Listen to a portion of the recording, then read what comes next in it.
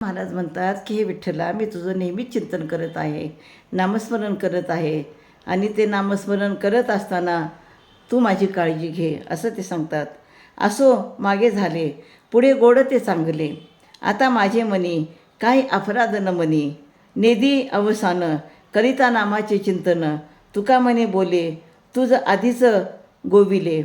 तर देवा, आजपर्यंत जे झाले ते असो, आता यापुढे तरी माझ्या सेवेचा शेवट गोड झाला तर ते चांगले होईल. आजवर जे माझ्याकडून अपराध घडले ते यापुढे तुम्ही मनात आणू नका.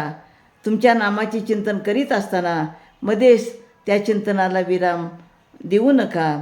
तुकाराम महाराज म्हणतात की देवा, या वचनाने तुम्हाला अगोदरच बांधून टाकीत आहे.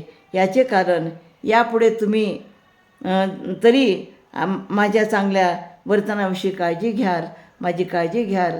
आणि म्हणून ते काय म्हणतात की मी नामस्मरण करत राहणार आहे आणि त्यामुळं माझ्या हातून जर काही अपराध जरी घडला तरी तुम्ही असं काही मनात आणू नका आणि माझ्या मनात अपराध घडला तरी तुम्ही क्षमा कराल, हे मी आपल्याला सांगत आहे.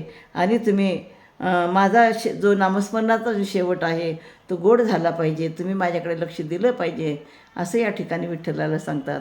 रामकृष्ण.